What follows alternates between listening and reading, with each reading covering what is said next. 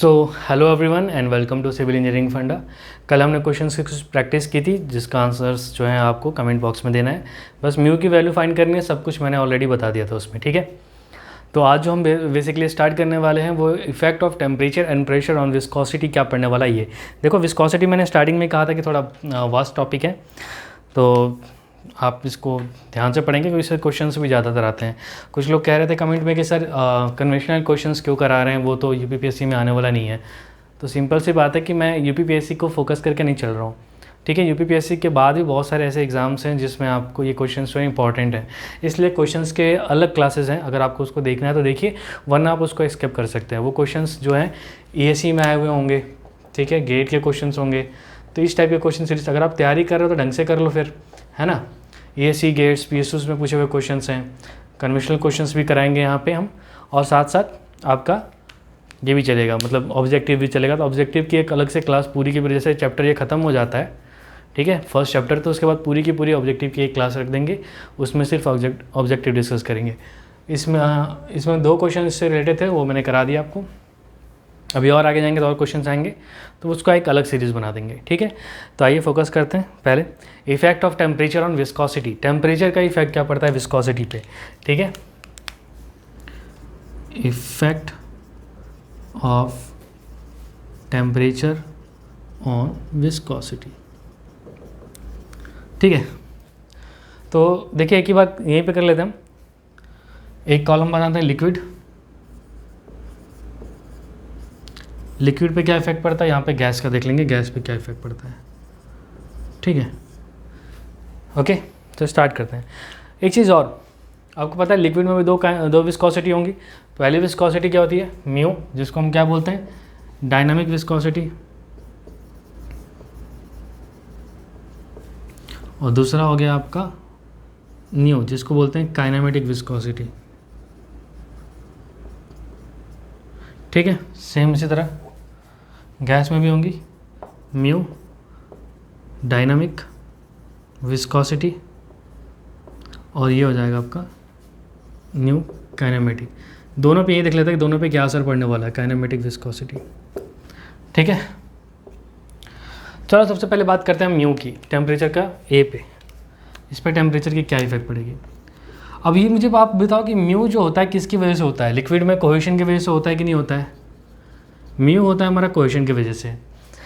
तो पहले इसको डिस्कस करते हैं। म्यू अगर हम कोहेशन, देखो टेम्परेचर अगर आप इंक्रीज़ करोगे, ये टेम्परेचर का इफेक्ट हम पढ़ रहे हैं, तो अगर टेम्परेचर आप इंक्रीज़ करते हो, ठीक है, तो टेम्परेचर इंक्रीज़ करोगे तो क्या होगा, जो कोहेशन होगा वो क्या होगा, कम होगा पार्टिकल्स के बीच में। आप देखते हो जब भी आप पानी को गर्म करते हो तो एक समय आता है कि वो गैसियस फेज़ में ट्रांसफ़र होने लगता है, ठीक है, गैस बन के वो उड़ने लगता है। तो सिंपल सी बात है, एवेपोरेट होने लगता है, सिंपल सी बात है। इसका मतलब क्या है, उनके बीच का जो फोर्स ऑफ अट्रैक्शन था वो कम हो रहा है, मतलब उनके बीच का जो कोहेशन था वो कम हो रहा है। तो अगर मैं टेम्परेचर को इंक्रीज़ करता हूँ तो टेम्परेचर इंक्रीज़ करने से क्या होगा, कोहेशन जो होगा वो कम होगा। अब कोहेशन कम होगा, इसका मतलब क्या हो गया कि फ्लो ईजी कर पाएगा, ईजी तरीके से फ्लो होगा उसका, ठीक है। क्योंकि भैया देखो, अब गैस ज़्यादा ईजी फ्लो करता है इसी तरीके से या फिर लिक्विड, तो ऑब्वियस सी बात है गैस बोलोगे क्योंकि उनके बीच कोहेशन कम होता है। सेम वही, मैंने टेम्परेचर इंक्रीज़ किया, कोहेशन डिक्रीज़ हुआ, कोहेशन डिक्रीज़ हुआ तो फ्लो इजी हो गया, आपका इजीली फ्लो कर सकता है। इसका मतलब क्या हो गया कि विस्कोसिटी डिक्रीज़ हुई, ठीक है। तो सिंपल सी बात यहाँ पे मैं लिख रहा हूँ, आपको पता है कि ये किसकी वजह से होता है, ड्यू टू कोहेशन होता है, ये मैं ऑलरेडी लिखवा चुका हूँ, ठीक है। अब देखो टेम्परेचर को अगर आप इंक्रीज़ करते हो तो क्या होगा, कोहेशन क्या होगा हमारा, कम होगा। इसी तरीके से बना लेंगे आप, ठीक है। टेम्परेचर को इंक्रीज़ किया तो कोहेशन कम हुआ, इसका मतलब ये हुआ कि फ़्लो आपका इजी होगा। इसका मतलब ये हुआ कि म्यू आपका डिक्रीज़ करेगा।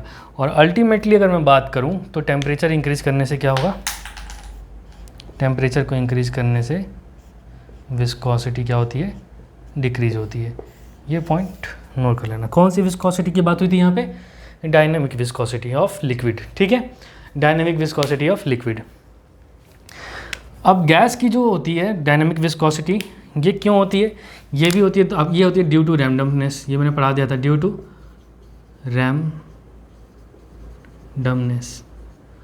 ठीक है। अब टेम्परेचर आपने इंक्रीज़ किया तो जैसे ही आप टेम्परेचर इंक्रीज करते हो तो फ्लो डिफ्यूज होता है, मतलब डिफ्यूजन होता है, मतलब पार्टिकल्स जो है, एक पार्टिकल चाहे इधर भागो, एक पार्टिकल इधर, मतलब बहुत जगहों से जो है पार्टिकल्स इधर उधर भागने स्टार्ट कर देंगे गैसेस के, जिसकी वजह से उनके बीच में क्या होगा, कोलिजन होगा तो क्या होगा, उनकी जो स्पीड होगी वो कम होगी, स्पीड होगी तो कम होने का मतलब क्या हुआ, उनकी विस्कोसिटी क्या हो रही है, इंक्रीज हो रही है।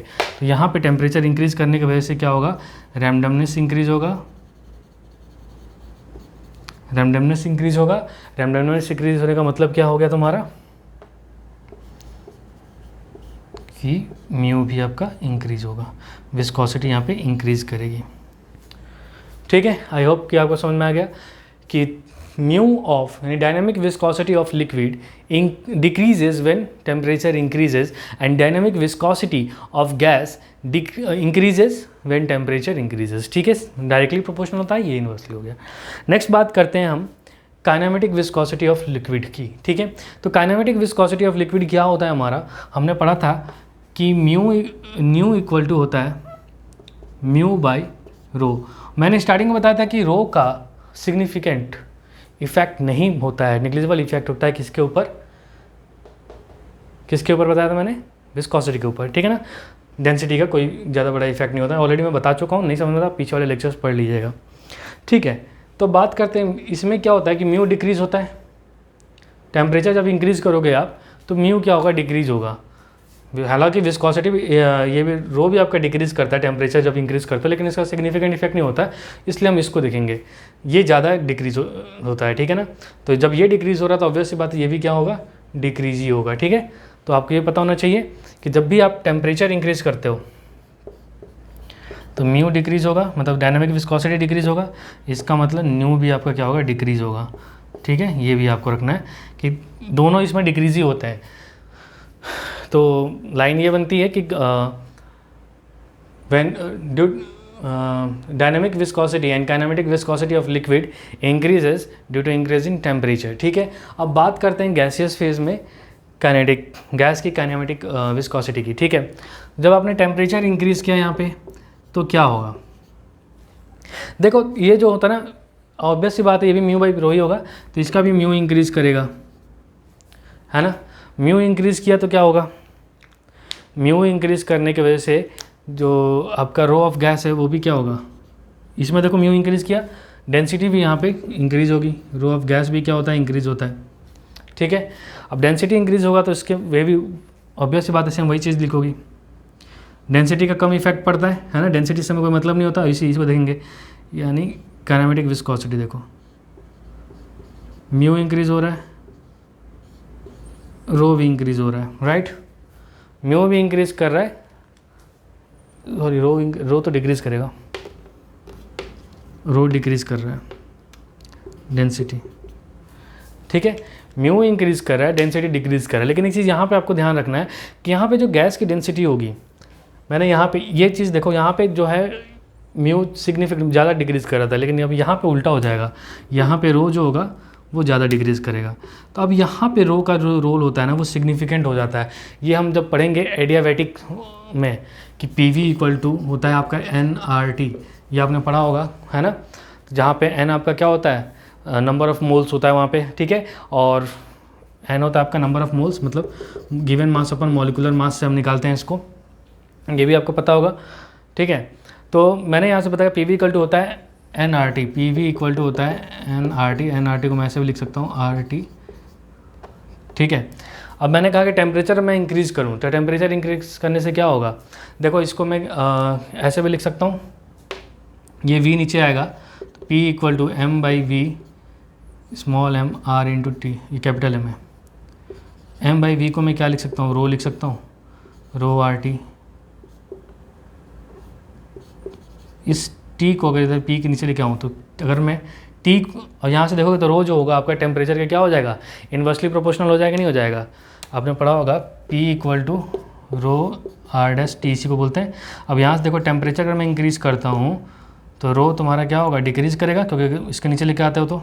ठीक है, तो वही चीज़ यहाँ पे टेम्परेचर इंक्रीज़ करने के लिए रो जो है सिग्निफिकेंट डिक्रीज़ करता है, तो डिक्रीज़ करने की वजह से क्या हो गया आपका, ये इंक्रीज़ हो जाता है। यही पॉइंट आपको याद रखना, इसमें दोनों इंक्रीज डिक्रीज। तो इतना ही याद रखना आपको कि किस में इंक्रीज करता है, किस में डिक्रीज करता है, ठीक है। आई होप कि आपको समझ में आ गया होगा। तो आगे बढ़ते हैं। तो मैंने कहा कि with the increase in temperature the viscosity of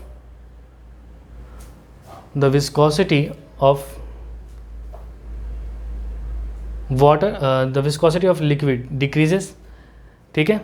और विद इंक्रीज लिक्विड की डायनेमिक विस्कोसिटी डिक्रीज करेगी और काइनेमेटिक विस्कोसिटी भी डिक्रीज करेगी, और इसकी भी आपकी डायनेमिक विस्कोसिटी इंक्रीज करेगी, काइनेमेटिक विस्कोसिटी इंक्रीज करेगी। आई होप कि आपने समझ लिया होगा। एक क्वेश्चन लिखना है आपका, इसको डिलीट कर दो, इसको मिटाओ।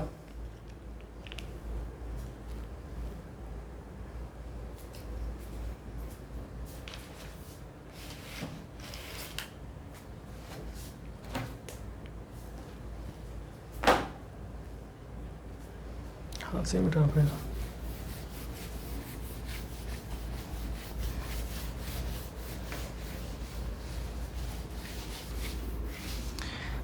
ओके, एक क्वेश्चन लिखे, with increase in temperature the viscosity of air and water कैसे वेरीज, क्या होंगे? With increase in temperature the viscosity of air and water varies, कैसे वेरीज करेंगे बताना है आपको। एयर का क्या होगा, कम होगा। विस्कोसिटी यानी जब सिर्फ विस्कोसिटी लिखा होगा तो आप हमेशा डायनामिक समझेंगे, ठीक है ना। तो विस्कोसिटी ऑफ एयर क्या होगा, इंक्रीज करेगा कि डिक्रीज करेगा, और विस्कोसिटी ऑफ वाटर क्या करेगा, इंक्रीज करेगा डिक्रीज करेगा। ये कमेंट में लिख के आपको बताना है, कमेंट में इसका आंसर दीजिए जल्दी से, ठीक है। आगे बढ़ते हैं। यहाँ तक आई होप कि आपको समझ में आ गया होगा जो भी बातें मैंने बताई, ठीक है। तो नेक्स्ट जो हमारा टॉपिक है, कुछ इंपॉर्टेंट नोट्स में लिखवाऊंगा, ठीक है। जैसे कि आइडियल फ्लूइड क्या होता है, वो चीज़ मैं बाद में डिस्कस करूँगा, ठीक है। अभी मुझे क्या पढ़ना है, अभी हमें क्या पढ़ना है, फ्लूइड्स के बारे में, ठीक है। न्यूटोनियन फ्लूइड्स क्या होते हैं, आइडियल फ्लूइड्स क्या होते हैं, इसके बारे में हम जान लेते हैं, उसके बाद से आगे बढ़ते हैं, ठीक है। इसको आप नोट कर लीजिए पहले।